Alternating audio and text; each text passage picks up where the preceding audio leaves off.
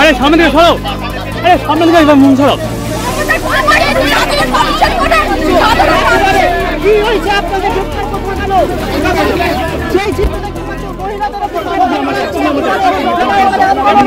শিক্ষাটাকে খেয়েছেন, স্বাস্থ্যটাকে খেয়েছেন, চুরি জচ্চুরি শিখিয়েছেন।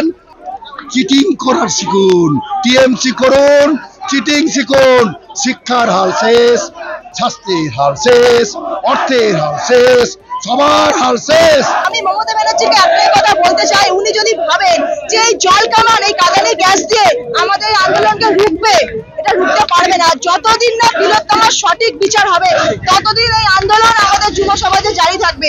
আর একজন বাংলার মহিলা মুখ্যমন্ত্রী হয়ে মেয়েদের সুরক্ষা দিতে পারে না, সে মেয়েদের ধর্ষণের রেট বেঁধে দিচ্ছে 10 লক্ষ টাকা। আজ তার বাড়ির পরিবারের যদি কাউকে ধর্ষণ করে তো উনি কি এই কথাটা বলতে পারতো? আসল মমতা ব্যানার্জির বিবেক মাথা খারাপ হয়ে গেছে, পাগল হয়ে গেছে বেসিক্যালি, ওই জন্য ভুলভাল বকছে। আজকের মমতা ব্যানার্জি যে আন্দোলন করে, বিরোধী দলনেত্রী হিসেবে যে আন্দোলন করে আজকের মমতা ব্যানার্জি যে মুখ্যমন্ত্রী চেয়ারে বসিয়ে, উনি আজকে ভুলেই গেছে যে উনিও একদিন বিরোধী দলনেত্রী ছিল। আমাদের এই গণতন্ত্রকে উনি হত্যা করার চেষ্টা করছে। মমতা ব্যানার্জি, আমরা একটাই দাবি, আমাদের দফা 1 দাবি 1, মমতা ব্যানার্জি পদত্যাগ।